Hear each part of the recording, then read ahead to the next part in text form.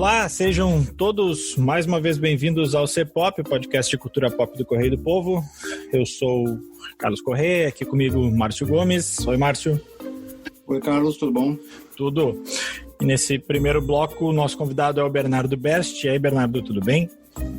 Tudo bom, Carlos? Tudo bom, Márcio? Tudo bom, públicos? O Bernardo está aqui de novo porque a gente vai falar nesse primeiro bloco a gente vai falar de joguinhos, que agora já estão confirmados, tanto o preço do novo PlayStation quanto do novo Xbox. A gente vai falar um pouco sobre a nova geração de videogames.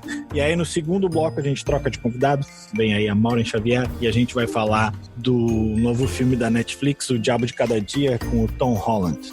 Mas primeiro vamos falar de joguinhos, então sobe a trilha e bora!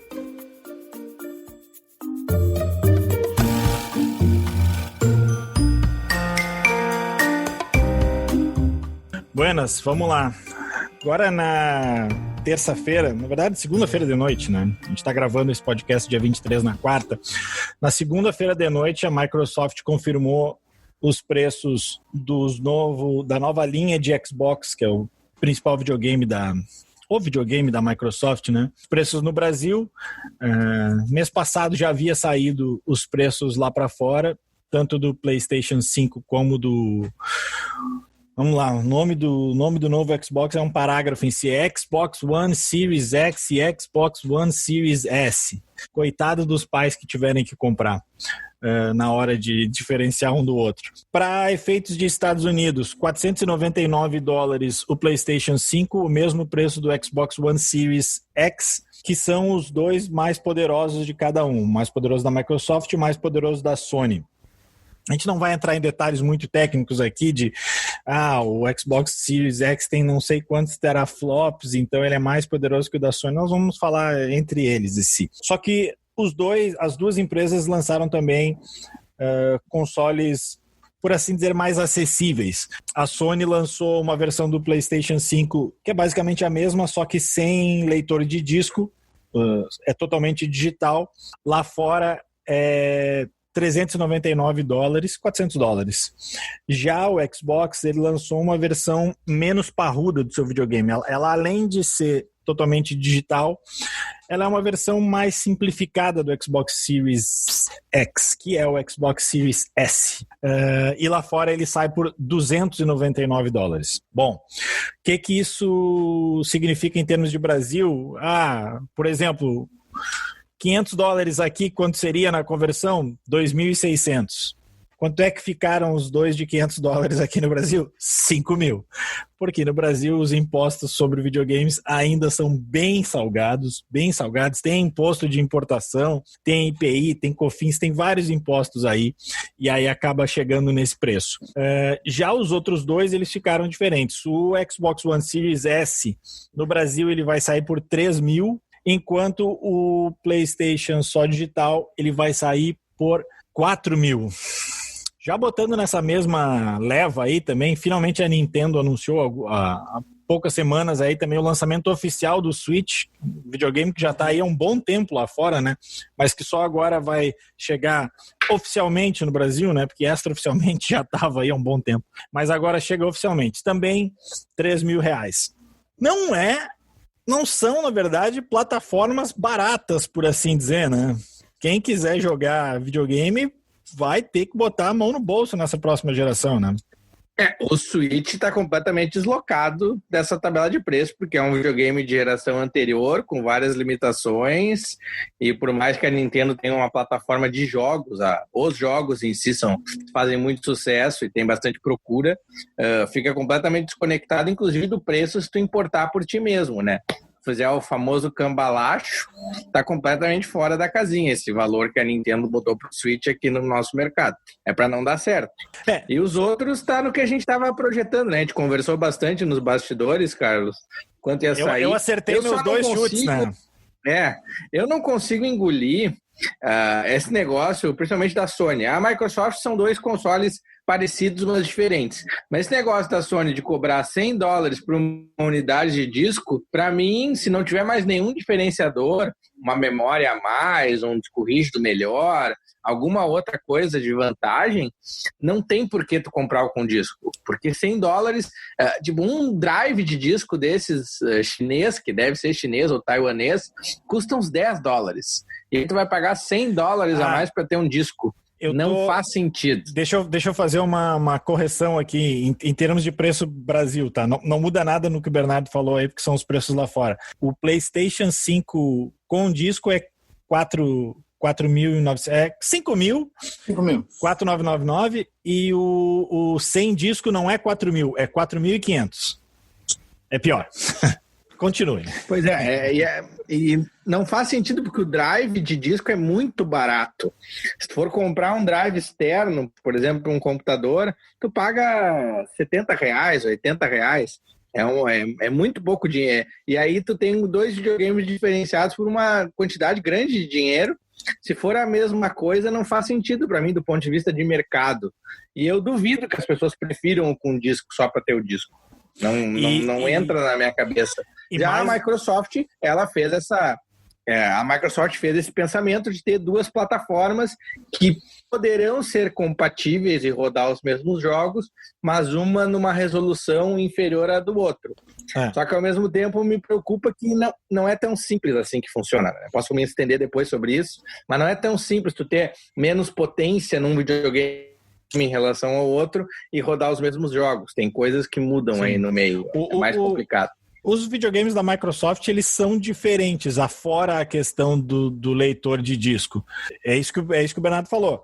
Agora, o da Sony é basicamente a mesma coisa. O Play 5 com disco, é só a questão do disco. Se tu compra o disco na caixinha, ou se tu quer ver o Blu-ray, o DVD lá, se tu quer ver o filme no videogame. Fora isso, é salgadinho o preço. Agora, tem uma outra coisa também que só complica um pouco mais. Eu dei uma pesquisada em termos de pré-venda da Sony aqui no Brasil. A pré-venda da Microsoft ainda não começou. Começou em todo mundo, mas nesse caso o Brasil não faz parte de todo mundo. A pré-venda da Sony, tu só acha a versão mais cara. Tu não acha no Brasil a versão mais barata para vender.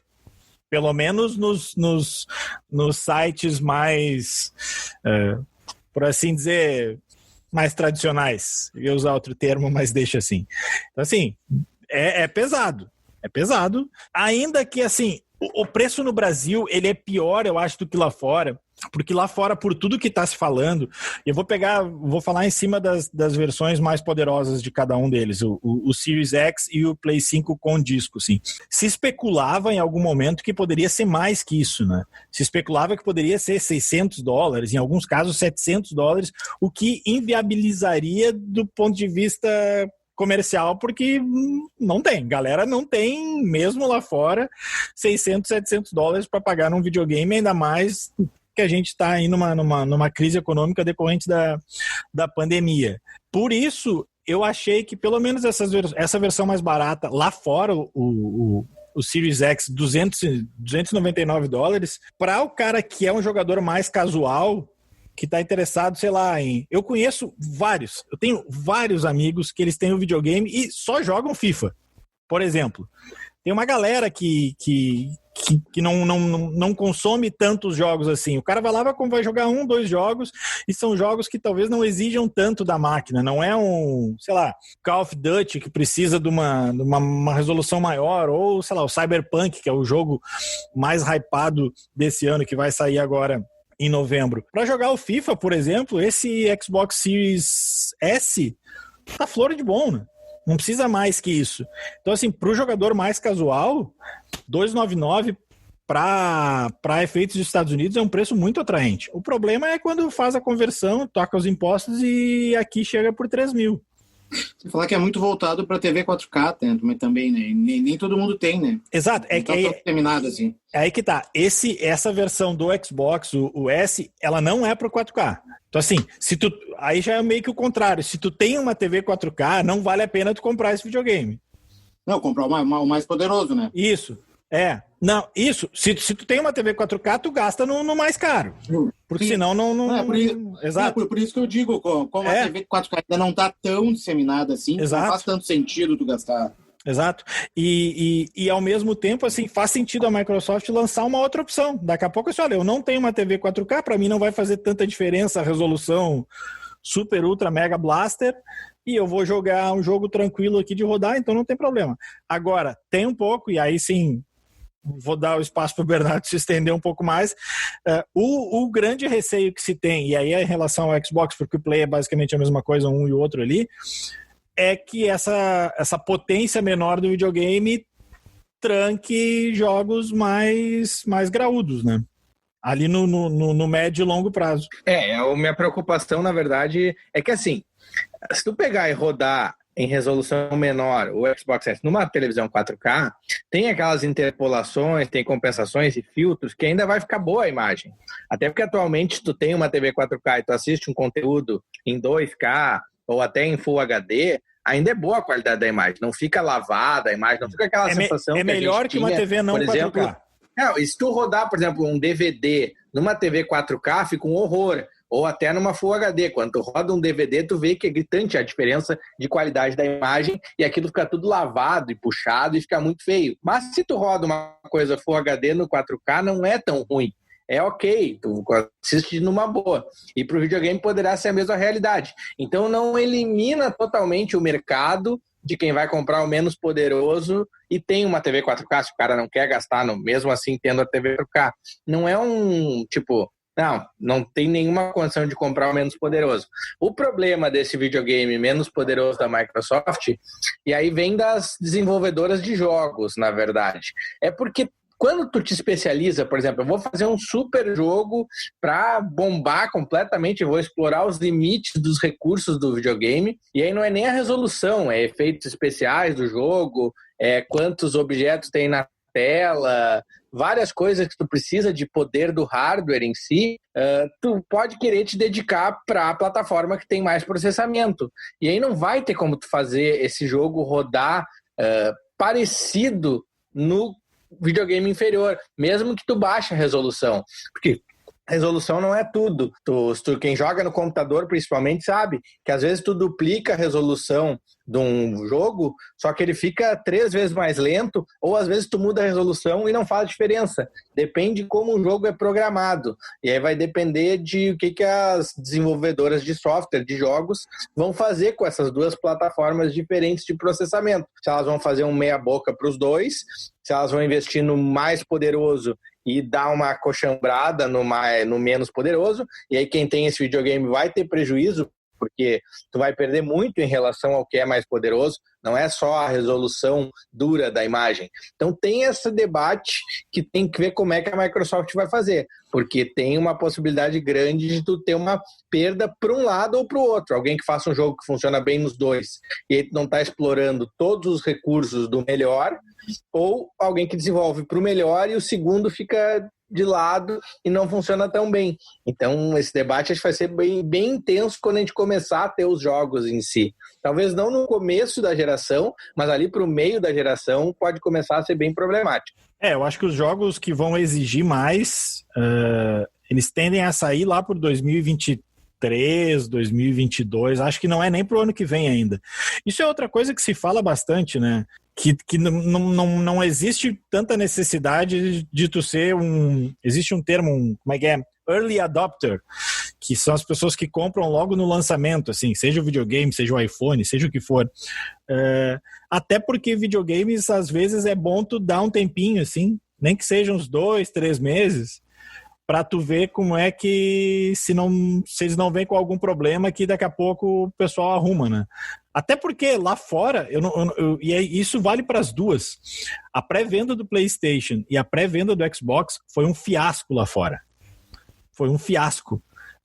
As pessoas tentavam acessar e não conseguiam.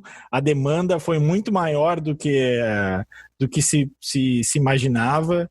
Complicou bastante e, na verdade, se tem uma dúvida de se as empresas conseguiram fabricar o que elas fabricariam em outro contexto, porque agora depende muito de peça. A gente sabe que vários mercados ali, principalmente a gente lembra, né, no começo da pandemia aqui no Brasil, né, lá por março, as coisas não chegavam, e não só no Brasil, na verdade, né, a indústria teve uma paralisação considerável porque as peças, quase tudo made in China, não saíam da China, e aí parou tudo, né?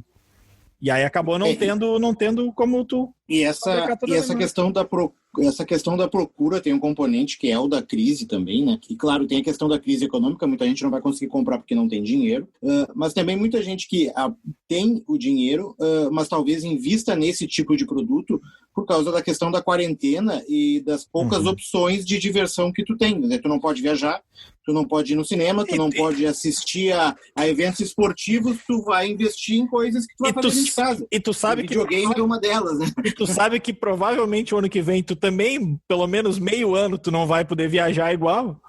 Então tu gasta ali, tu vai ter que ficar em casa mesmo, ficar em casa jogando videogame, né? Então é um investimento que tu vai fazer para um período que tu vai ficar boa parte do tempo dentro de casa.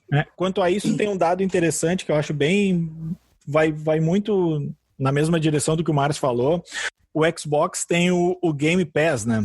Que é como se fosse, muito a grosso modo, uma Netflix de jogos lá. Tu paga uma mensalidade e tu tem, sei lá, 200 jogos à disposição lá, inclusive todos os exclusivos do Xbox. No dia 1 lá eles já estão disponíveis, tu não paga a mais por eles, tu paga essa mensalidade. É um dos maiores atrativos do Xbox. Ontem foi anunciado, não sei se foi agora na terça ou na segunda-feira, no início dessa semana foi anunciado que as assinaturas ao redor do mundo do Game Pass, elas pularam de abril para cá, de 10 milhões para 15 milhões, sabe? E é algo que já vem há alguns anos ali. Então, assim, 5 milhões e pouco. Não, 5 milhões nesse período é muita coisa. É muita coisa. E acho que é um pouco consequência disso que o Márcio falou. As pessoas ficaram mais em casa, seja para o cara jogar, seja para os filhos jogarem, porque na verdade os pais tiveram que... Muitos pais agora têm que conviver o tempo inteiro com os filhos e, né, as crianças não podem ir para a escola. Acho que muita gente adquiriu um console desde o início da pandemia, né? As opções de lazer diminuíram, né? Quando tu não pode fazer muitas coisas externas, seja porque tu não quer sair, ou seja porque as opções diminuíram, né? Porque estão fechadas, né? Ficar em casa e investir nesse tipo de produto acaba sendo uma das opções. Então, se tu tem condições para investir, óbvio, muita gente não tem, né? Sim. E daí acaba... tendo que inventar coisas, criar alternativas. O que eu acho interessante, assim, e aí não vou me entrar muito em juízo de valor, assim, de qual vale mais a pena. Eu acho que tem para todos os gostos, assim. O Márcio esses dias até me perguntava a respeito do Switch, né? Que era a tua filha que queria, né? Eu acho... Estou ouvindo bastante sobre o Switch aqui em casa. Eu acho que... Switch é quase um mantra. É voltado para um público mais infantil. Os jogos do Switch, eles têm mais essa... Claro que tem outros jogos do Switch que não tem essa pegada, são jogos bem violentos. Doom tem pro Switch também. Sim. Mas tem alguns joguinhos do Switch que eles são voltados mais para um público... Não vou dizer público infantil, porque tem ótimos jogos no Switch que podem ser jogados por qualquer um. Jogos do Mario e da Zelda são jogos que receberam algumas das melhores cotações dessa geração e não são necessariamente jogos que a gente vai dizer adultos, como, sei lá, um GTA, um Resident Evil. Mas, então assim, acho que tem perfis. Acho que o Switch se presta muito isso e tem essa questão de tu poder levar ele para qualquer lugar, porque tem ele pode ser conectado a uma TV, mas ele pode funcionar como um portátil. Daí, o PlayStation e o Xbox, a diferenciação se dá muito mais... Basicamente, nos jogos que tu quer jogar, dos exclusivos de um ou de exclusivos do outro. Porque assim, a maioria dos jogos multiplataforma, que são aqueles que saem tanto para um quanto para outro, vão funcionar da mesma forma num ou no outro. O gráfico... Aí é pro cara muito hardcore, que vai dar muita importância ao detalhe e não faz tanta diferença. Mas assim, a gente está acostumado assim com discussões, com polarização política, com polarização Grenal. Quem não está muito habituado com esse universo dos videogames, existe uma polarização irritante no mundo dos games, que é essa história do Xbox ou do PlayStation. Qual que é melhor? Não, porque o meu é melhor por causa disso. É uma bobagem, até porque se tu tiver dinheiro, tu pode comprar os dois, e tu pode jogar os dois, não faz a mínima diferença. Mas enfim, então assim, basicamente vai depender dos jogos que tu quer jogar. Se tu gosta mais dos exclusivos, se tu gosta muito de God of War, tu vai comprar o PlayStation. Tu gosta muito da franquia Forza de corrida, tu vai comprar o Xbox. Agora, no início dessa semana, a Microsoft anunciou a compra não é da Bethesda, do estúdio que também é dono da Bethesda. E aí vem no lastro, eles compraram vários estúdios. E assim, foi algo gigantesco, porque até pelo preço, eles pagaram 7 bilhões e meio de dólares. Pra gente ter uma ideia, quando a Disney comprou os direitos de Star Wars, ela pagou 4 bilhões. Quando a Disney comprou os direitos da Marvel, ela pagou 4 bilhões. Então assim, somadas, a Marvel e Star Wars precisaram para que a Disney pagasse 8 bilhões de dólares. Só pela compra desses estúdios, a Microsoft pagou 7,5. Então é um investimento muito graúdo. Desses estúdios aí, a Microsoft muito provavelmente vai fazer com que alguns jogos sejam exclusivos. Alguns jogos de grande apelo. Eu vou falar, por exemplo, do Elder Scrolls e Doom, a gente pode falar que daqui a pouco vai virar exclusivos os próximos, enfim. Tem muitos jogos ali da Bethesda que podem virar exclusivos. Mas então assim, vai depender de qual exclusivo tu quer jogar. Fora isso, cara, compra o que... Se tu vai jogar só FIFA ou Call of Duty, tanto faz. Carlos, essa questão dos estúdios, na verdade, a preocupação que está gerando também é porque ambas estão investindo pesado em comprar os estúdios para ter mais exclusivos. É monopólio. Só que ao mesmo tempo isso pode dar uma... Oi? Monopólio, né? O problema, na verdade, o monopólio já é um problema, mas outro problema é que quando o estúdio tem certa independência, ele busca mais, digamos assim, mais opções de títulos e coisa e tal, e dá uma variedade maior de softwares disponíveis. Quando tem uma gigante que é dona, ele meio que vai ser direcionado a fazer isso, aquilo e aquilo outro. Mas aí e o medo muito é de que coisas que seriam feitas acabem não sendo feitas. Mas aí também essa questão de... Eu acho que o monopólio é preocupante. A questão da direção de criatividade, eu respeitosamente discordarei. Eu acho que a Microsoft quer atirar um pouco para cada lado, assim. Eu acho que não vai ser algo homogêneo, assim. É mais pela impressão que eu tenho de outras coisas que já aconteceram nessas aquisições. Já aconteceu, inclusive, de um estúdio comprar outro para parar o desenvolvimento de um jogo que ia concorrer com o jogo dele, entendeu? Isso daqui pode ser, mas a Microsoft compra a Bethesda, e aí, por exemplo, a Microsoft investe muito no Halo. Aí daqui a pouco ela não vai lançar o Fallout da Bethesda, porque não dá tanto dinheiro assim, e ao mesmo tempo tira dinheiro do Halo. Então acho que um pouco disso pode influenciar e gera certa preocupação, principalmente nas médias. Acho que não, e até, por exemplo, o que tu citou, na semana passada tinha um rumor que a Microsoft ia comprar a Band, que é o estúdio que faz Destiny, que era o estúdio que fazia Halo até um tempo atrás. Que, na verdade, eles comprariam a Band para dar um boost no Halo aí, porque ia sair esse ano e já foi adiado. Mas, enfim, estamos nos alongando aqui. A questão é um pouco essa. Quem tiver dinheiro aí, bote a mão. Não vai ser pouco. 5 continhos a partir de novembro. O PlayStation 19 de novembro, o Xbox, a Microsoft Brasil promete para novembro, mas ainda não deu uma data específica. Mais adiante a gente volta a falar de games aí, a gente vai fazer um bloco sobre essa geração que está se encerrando, a gente fala aí dos melhores jogos dessa geração.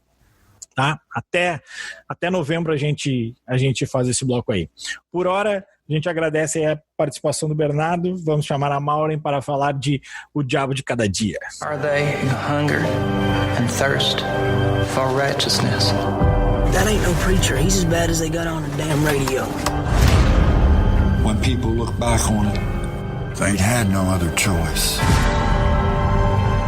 There's a lot of no good sons of bitches out there. Buenas, saímos dos joguinhos, vamos para as telas. Tela pequena, né? Porque cinema, sabe-se lá quando. Antes de mais nada, seja bem-vinda, Maureen Xavier, tudo bem? Tudo certo, pessoal? Estamos aí, fazia tempo.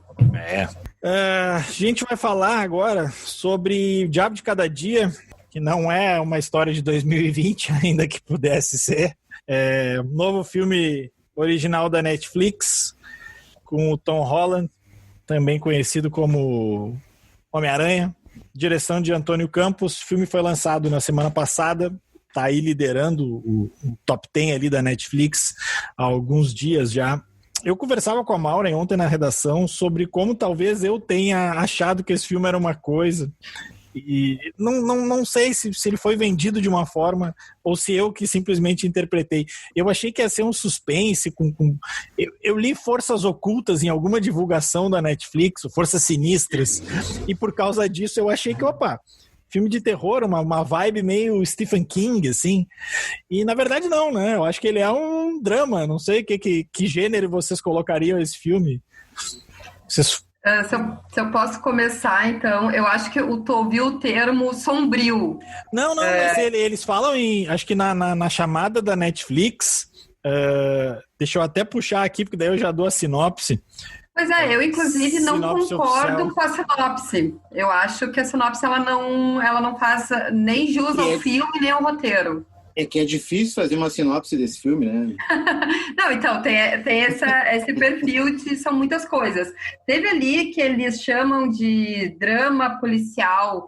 Acho que condiz, mas eu colocaria ele muito mais como drama mesmo. Eu também. Aqui, a sinopse do filme tá assim, em um lugar tomado por corrupção e violência, um jovem enfrenta figuras sinistras para proteger quem mais ama. Eu acho que eu olhei essas figuras sinistras, olhei as fotos ali, tem uma caveira na foto ali da capa do filme. É uma vibe Stephen King, assim. Não podia estar mais enganado. Eles pegaram a sinopse do Homem-Aranha e do próximo filme do Batman, do Robert Pattinson, e botaram ali também. Aliás, depois a gente pode fazer uma contagem de todos os heróis e super-heróis que tinha nesse filme. Pois eu confesso que assisti, eu tinha escutado alguns comentários antes da pandemia, ainda na época das gravações, né? Esse filme era para ter sido lançado em maio, se eu não estou enganada, e ainda estava... O que tinha me chamado a atenção na época era o fato de que o ator do Homem-Aranha ficou maduro, né? Tá tendo uma atuação não de super-herói, não... Sim. Vou fazer uma... Despertou curiosidade naquele momento e eu fiquei com essa coisa de quando lançar, quero assistir. Então, eu fui bem de coração aberto, assim, sem muitas referências sobre o que seria além do enorme elenco, né? Eu vou fazer só uma correção. Eu disse que ele estava em primeiro. Até ontem ele estava em primeiro naquela parada da Netflix. Eu não sei quantos episódios a Maureen viu ao longo da madrugada, que Grey's Anatomy agora está em primeiro. Mas ele tá em quinto ali. Quantas vezes eu vi? Quantas vezes a Maureen reviu os episódios de Grey's Anatomy e Grey's Anatomy tá em primeiro. Mas enfim, continua aí, Maureen. Não, então, eu fui muito sem expectativas, assim. E achei muito interessante o quanto ele consegue falar sobre o mal influenciado por várias coisas, corrupção, religião, família, crenças, mas o mal das pessoas mesmo. E fiquei muito surpresa, porque exatamente por não esperar e por ser um filme relativamente de 2 horas e pouco, de tantas histórias e como elas se conectam e como elas fazem sentido. Eu achei o roteiro muito bacana, muito interessante. E depois que acabou o filme, eu fiquei bem curiosa em relação ao diretor, porque eu não tinha ouvido falar dele. E daí eu descobri que ele está por trás do The Sinner, que é uma série que está na 3ª temporada na Netflix. Eu vi a 3ª até a metade, particularmente as 2 primeiras eu acho muito boas, mas ele tem essa narrativa, essa maneira de deixar um suspense no ar. Então, particularmente, eu gostei bastante do filme. Ele é... Em termos de cinema, acho que o filme mais conhecido dele é o Christine... Eu não lembro como é que ficou em português esse filme, mas é o Christine sobre uma...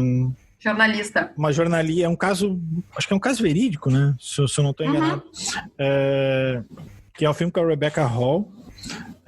Acho que em termos de filmografia dele, ele tem 12 filmes como diretor, mas aí tem alguns curtas e tal. O Christine é de 2016 e não é que ele tem alguns curtas, ele tem como a Maureen falou, ele tem algumas séries no currículo. The Sinner, ele fez um episódio de The Punisher também, do Justiceiro, mas acho que o filme mais conhecido dele, por assim dizer, até então era o Christine. Eu acho que agora vai ser esse, assim. O elenco não me parece ser o elenco caro, assim, acho que talvez o Tom Holland seja o mais caro ali, mas tem várias caras conhecidas e eu acho muito engraçado como todo mundo tem alguma relação com esse universo de super-heróis ou de filmes de ação, assim, porque, assim, o Tom Holland é o Homem-Aranha, aí o Bill Skarsgård, que no filme faz o pai dele, é o cara que faz o palhaço do It. Eu sei, não é um filme de ação nem nada, mas tá nesse gênero pop, por assim dizer. O Jason Clarke, que é o cara que faz o serial killer, ele é o John Connor, numa das 400 versões aí do Exterminador do Futuro. Aquela versão que dá o spoiler no trailer, ele era o John Connor daquela versão. O Robert Pattinson é o próximo Batman. E tem mais o Soldado Invernal, que agora me fugiu o nome dele aqui. Eu já dou pra vocês. Sim, que é o policial. Exatamente, que é o policial. Sebastian Stan. Sebastian Stan faz o policial. Então, pra quem vê filme de ação, filme de super-herói, tem uma galera. E a Mia Wachowski é a Alice no País das Maravilhas. E a Riley Keough, que é a mulher do serial killer ali, é a filha do Elvis, né? Mas daí na vida real. A filha não, a neta do Elvis. Também é um filme pop, por assim dizer, né? A neta do Elvis Presley, filha da Liz Marie. O que tu achou do filme, Márcio? Então, eu gostei, tá? Eu andei lendo várias resenhas por aí, o pessoal criticando algumas coisas, em especial a quantidade de personagens e o quanto esses personagens ficaram, em alguns momentos, subaproveitados, né? Porque é muita gente e é difícil a gente identificar um personagem principal na história. Eu acho que o Tom Holland ali, o personagem do Tom Holland é o mais próximo disso. Mas ele é o fio condutor, né?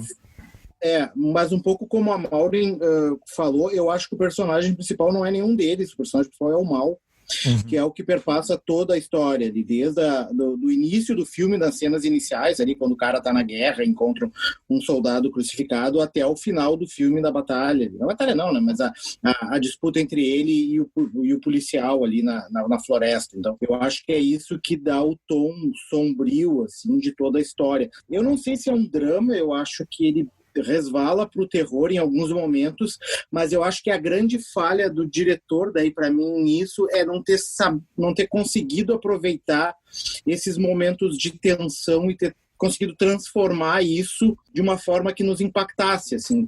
E daí eu acho que essa é a falha. É um filme de terror que não te dá medo, é um filme de suspense que não te deixa em suspense, assim. Mesmo na parte... E aqui é eu não vou dar spoiler, mas eu vou dar um trecho do filme ali para dar um exemplo, assim, só, que é a parte que o personagem do Tom Holland encontra o casal de serial killers ali, tem uma cena dramática, que é uma cena quase que como é que eu vou te dizer, o clímax do filme, é uma cena que poderia a gente sentir alguma coisa, mas em nenhum momento tu te Ela é muito rápida, né? E tu acha que vai dar errado alguma coisa ali, né? Porque tu mais ou menos imagina o que vai acontecer, entendeu? Então, tipo, em nenhum momento tu consegue te envolver ao ponto de ficar preocupado, ou de ficar tenso, ou de ficar... E eu acho que essa é a única coisa que eu senti falta no filme, assim, que é esse envolvimento de tensão, assim, porque ele era para ser, na minha concepção, um filme de terror ou um filme de suspense, por causa de toda essa questão do mal que perpassa todos os momentos da história humana, assim, e todas as gerações do filme ali, porque todo mundo é filha da puta na história, com exceção do guri ali, do Tom Holland e da irmã dele adotiva, que é a irmã dele adotiva ali. De resto, todo mundo tem o seu momento em que ele é tentado pelo lado da força ali, né? Sim. Da Darth Vader. Ele acaba sucumbindo de um momento ou de outro. Eu concordo com vocês, eu acho que ele é um estudo sobre o mal, assim, e de como às vezes as pessoas às vezes são levadas a isso, às vezes não. Me parece que talvez o caso dele seja o único justificável, assim, porque os outros todos meio que tinham algum traço de psicopatia, não sei, cara. Aí eu já vou entrar num terreno que eu não entendo muito. Mas assim, o pai dele... eles não explicaram, entendeu? E que eles também não explicam, porque o serial killer, por exemplo, tu não sabe a motivação ali, entendeu? Acho que talvez o casal de serial killers, acho que talvez seja a parte menos explorada. Explorada ali. Então, eu acho toda vez que a mulher aparecia, eu só pensava assim, nossa, são os dentes mais amarelos da história do cinema. Então, eu acho que essa é uma maneira um pouco de ver o filme, né? Por exemplo, eu enxergando ele como um filme de drama, acho que esse mal que a gente está falando todo, ele é um mal que perpetua e que ele acontece na vida das pessoas e chega num momento em que as pessoas têm a opção de, vamos dizer assim, escolher, né? Escolher seguir o caminho do mal ou não, mas que ele está presente na vida. Então, eu acho que se tu olhar pelo lado do drama, são relações familiares, relações das pessoas.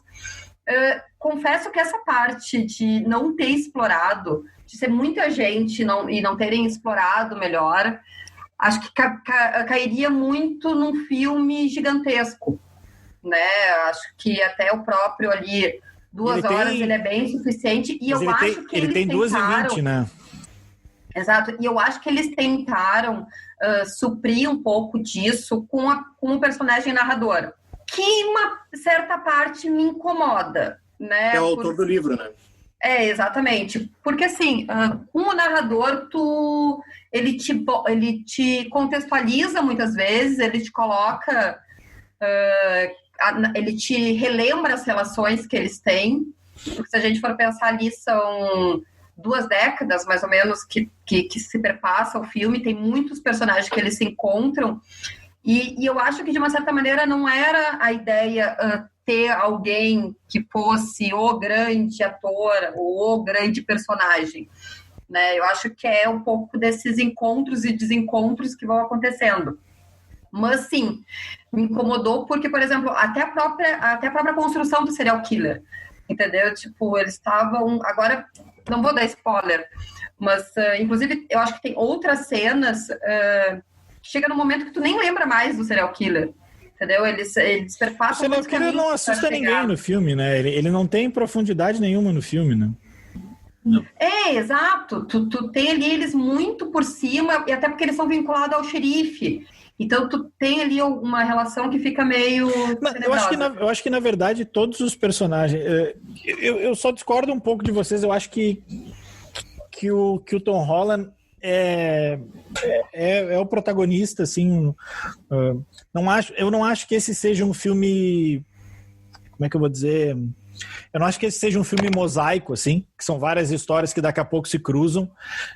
Eu acho que tudo converge ali para a história do Tom Holland. Acho que a história do xerife e dos serial killers lá parece que não, mas ela está caminhando em paralelo, ela vai servir para a história do Tom Holland. Se não tivesse o Tom Holland ali, aquela história não teria nenhuma noção assim. E aí eu já quero dizer o que eu acho que eu mais gostei no filme, que é a atuação do Tom Holland, assim. que me chamou a atenção, assim, ele continua para mim com cara de guri, assim, continua com a idade do Peter Parker, assim, mas ele é um cara não perturbado, não é isso. Ele é um cara, vai lá, na falta de um termo melhor, e vamos com brega, ele é um cara machucado pela vida, assim. Ele é um cara que ele é um cara trágico desde sempre, sabe? Desde a morte da mãe, o pai vai lá e mata o cachorro dele, sabe? Crucifica o cachorro dele. Não, mas aí, então, é um pouco da redenção os caras dele. fazem... Mas eu não sei se chega a ser redenção, sabe? Ele é um personagem que eu não vejo um final feliz pra ele. Mas, ele se dá bem... Ele dá o spoiler do final, mas é exatamente essa a questão. Mas que eu digo o ambiente em que tu tá já é tão, vamos dizer assim, contaminado, e te contamina de tal maneira, e por isso que eu, partindo do pressuposto de quem estava vendo um filme de drama, essa justificativa de toda a tragédia que ele passa pro final, que ele tenha uma redenção, entendeu? Mesmo com tudo o que ele passou. Eu acho que ele teve uma vitória pessoal no filme, mas... ele é um sobrevivente no filme, assim. Porque, assim, ele é marcado pela tragédia. Spoiler, assim. né? Nós temos spoiler desde o começo. Um alerta de spoiler. Desde quando o Márcio falou da briga dos dois na floresta, já é um spoiler ali. Não, mas ali eu não disse o que aconteceu na briga. Teve uma briga, mas não dei o resultado da briga, né? Mas, assim... mas se tem um spoiler que eu queria falar... Que assim, teve acho que eu posso listar assim 3 momentos que eu perdi, que eu segurei o fôlego, assim. Por um motivo óbvio, né, que é enfim, eu não vou dar um spoiler aqui, mas com certeza uma foi a discussão dele com o Pattinson, que é um reverendo, e que eu achei também uma atuação um tanto quanto peculiar, assim. Ele é aquele tipo de ator que consegue roubar a cena no momento certo. Assim. Mudando um pouco o enfoque da discussão, assim, só, depois a gente pode voltar para o filme de novo, se for o caso, mas, assim, esse filme, para mim, ele representa uma guinada da Netflix, assim.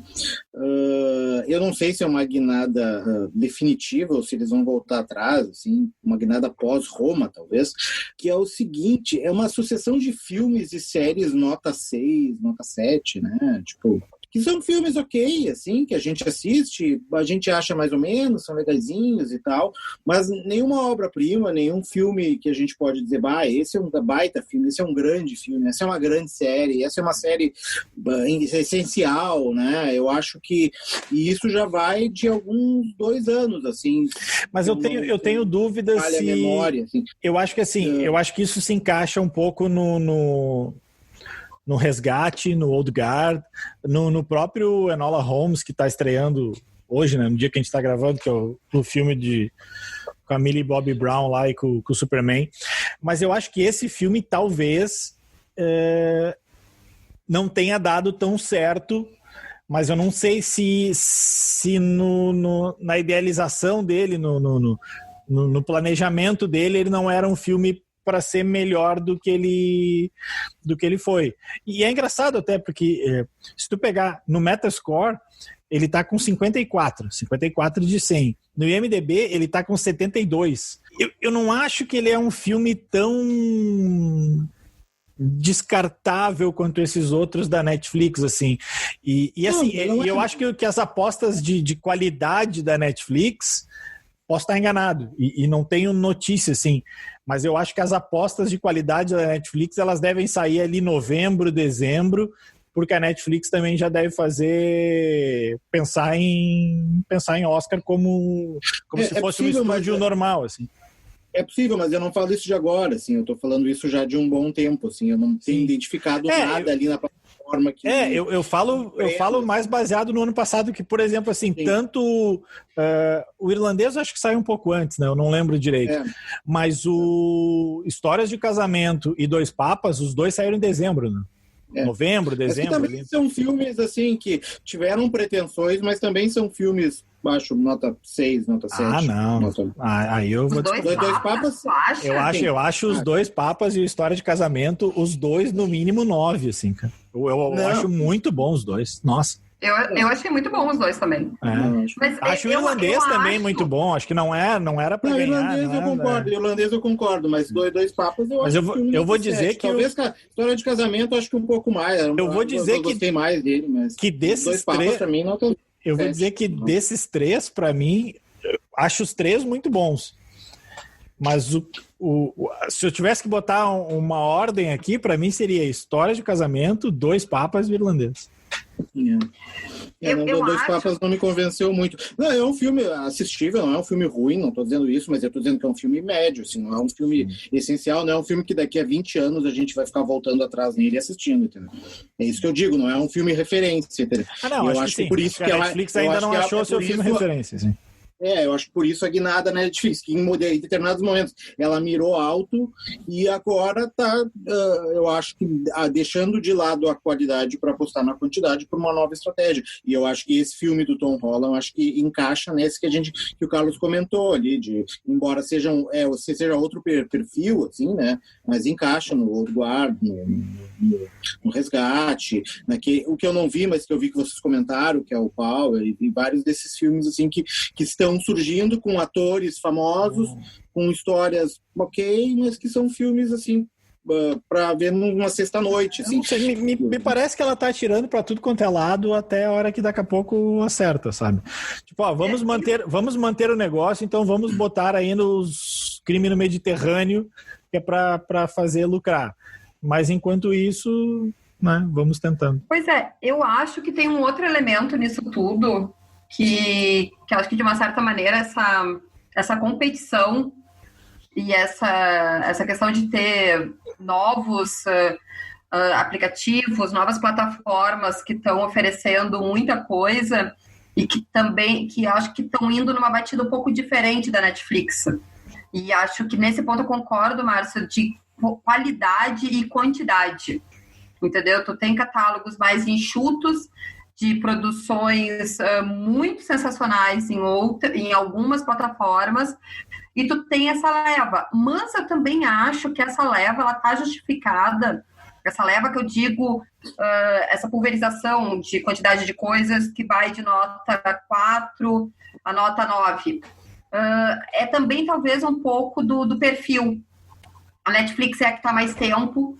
Se a gente for pensar hoje, tirando a HBO, que é a mais cara, a Netflix ela está num custo mais alto, então ela tem que acabar oferecendo chegar a Disney muito. Plus. Não, também tem. A Disney Plus está há um ano aí, né? E até agora não tem nada novo, né? Com exceção do Mandalorian e um outro documentário, né? Sim. Teve o da Beyoncé, né? Não, pois é, um outro documentário que surge e tal, mas tipo de produção consistente, de coisas novas, não tem, né? Porque eu vejo muito a Netflix nesse momento como quase aquele canal de TV aberta, sabe? Que tu tem um monte de coisas. A Netflix virou horário nobre. E que tu tem alguma coisa que é boa. Por exemplo, eu acho que esse é um filme de sexta-feira à noite. É um filme que vale a pena sentar e assistir.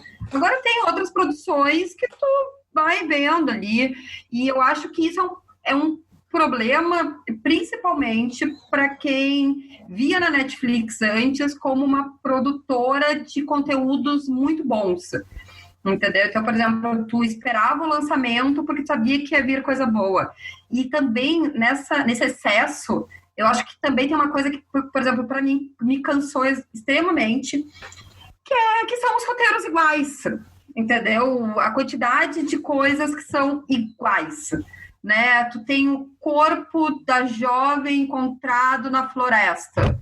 Tu tem o detetive ou a detetive que tem os seus traumas. Ou acho que tem não vou mentir, mas eu acho que deve ter umas 10 séries com a mesma sinopse, que é policial retorna à cidade depois de décadas e remexe. Mas aí o problema é o algoritmo que aponta pro Netflix que as pessoas querem ver isso e o Netflix lança isso e isso bomba, né? Não, pode ser, mas o problema todo é que é o seguinte, tu não consegue mais ver coisas, e daí que tá, na minha opinião, um problema que eu acho que condiz um pouco, Márcio, que é aquela coisa assim, o que tá bom acaba se perdendo no meio do joio, entendeu? Tu demora muito tempo para achar, e daí tu tem que fazer essas apostas de, tipo, vou parar e vou ver. Por exemplo, a gente estava falando aqui de drama, suspense, Teve um filme, assim, que muito passou batido, que eu assisti porque o algoritmo realmente gritou pra mim umas 3 vezes, que era um que é o Boneco de Neve, né? Que é ali meio policial, meio suspense e tudo mais, e que foi uma surpresa, assim. Mas, né? Só que tu pega outras plataformas que elas são muito mais certeiras nas suas apostas. O problema da plataforma da HBO é difícil tu achar alguma coisa que seja muito ruim na HBO.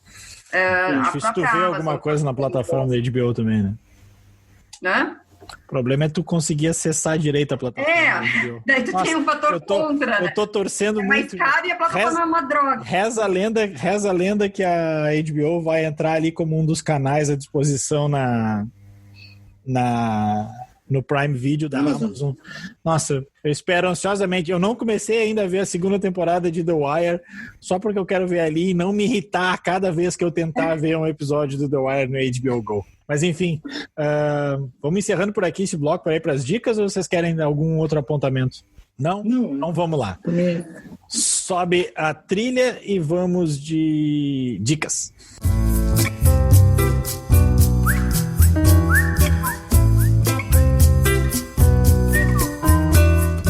Como a Maureen tá fazendo uma cara de que foi pega de surpresa, eu vou dar um tempinho para ela pensar e começa com o Márcio aí. Então tá, eu vou dar 2 dicas então. Uma é A Cor que Veio do Espaço, um filme com o nosso querido Nicolas Cage, mas baseado num conto do Lovecraft. Já que a gente citou o Lovecraft numa série faz uns 2 episódios atrás, mais ou menos. E ele é a história de um meteoro que cai numa fazenda no interior dos Estados Unidos ali, e obviamente ele traz algumas coisas do espaço, né? Alguma coisa alienígena, e a partir daí algumas coisas estranhas começam a acontecer nessa fazenda, uma cor diferente começa a tomar forma e absorver alguns dos elementos em volta da fazenda, as flores, o poço da água, o céu começa a ficar com uma cor mais violeta, né? E a família que mora na fazenda, algumas dos integrantes da família começam a apresentar um comportamento estranho e tal. E é um filme bem diferente, bem estranho, bem maluco, assim, bem doido, e vale dar uma conferida, assim. Ele é bem psicodélico em alguns momentos, assim. Ele tá nas plataformas on demand. Eu acho que não tá em nenhuma plataforma de streaming, mas dá para assistir nas plataformas on demand, talvez no Telecine, acho que tá no Telecine também. A outra dica é o disco novo do Flaming Lips, American Head, que é um disco que dá faz a banda meio que voltou às influências lá dos filmes, dos discos mais pops dele lá, tipo Soft Bulletin e Yoshimi, lá do final dos anos 90, início dos anos 2000. Então tem uma pegada mais pop, menos experimental, embora eles não deixem o caráter psicodélico de lado, assim. E então é um disco mais voltado para o público americano, assim, mas tem uns elementos estranhos que vale a pena dar uma conferida, assim. Eu vou botar uma música no final do episódio pra gente dar uma conferida depois. Beleza. Maureen? Então, acho que eu vou por uma mais tradicional, nada recente, na verdade. Grey's Anatomy. Então, vamos aproveitar, né? Grey's Anatomy chegou em 2 plataformas, 16ª temporada, mas mais do que isso, a 16ª era a temporada que ela terminou de uma maneira meio brusca já em função da pandemia, e ela tá agora no Globoplay, a primeira e a 16ª, na Netflix chegou a 16ª, mas o interessante é que eles já começaram as gravações da 17ª temporada, essa é aquela série que vai pelos próximos 50 anos, e uma das coisas muito interessantes é que eles vão incorporar a pandemia na série, e acho que vai ser bem interessante ver como que isso vai lidar pela própria interação entre os personagens, mas também de qual a mensagem, porque a Shonda, como roteirista, ela sempre trouxe temas atuais e temas bem, vamos dizer assim, complexos, como a violência contra a mulher, abusos e várias outras temáticas, então acho que vai ser interessante. Não tem a expectativa, normalmente seria lançado em setembro, né, mas acho que a expectativa é para o início do próximo ano. E aproveitando, não é recente, mas a pessoa que acabou vendo só agora, também entrou na Netflix, o The Post. Acho que nós estamos aí prestes a entrar numa eleição um tanto quanto diferente, e o trabalho da imprensa também tem sido bem questionável, então acho que é um filme que, mesmo não sendo atual, tem um grande elenco e vale a pena quem puder assistir. Acho que pode ser bem bacana, apesar de ser uma experiência dos Estados Unidos, acho que tem algumas coisas que valem como recado.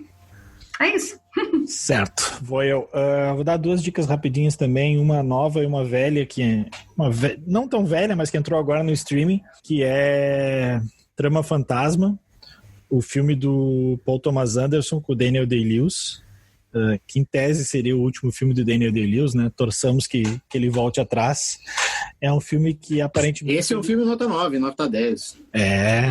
Esse é um filme que ele parece lento, ele parece que não tá indo a lugar nenhum, e quando tu vê, tu pensa assim, caramba, que filmaço, cara. Um filme sobre relações mais do que tudo.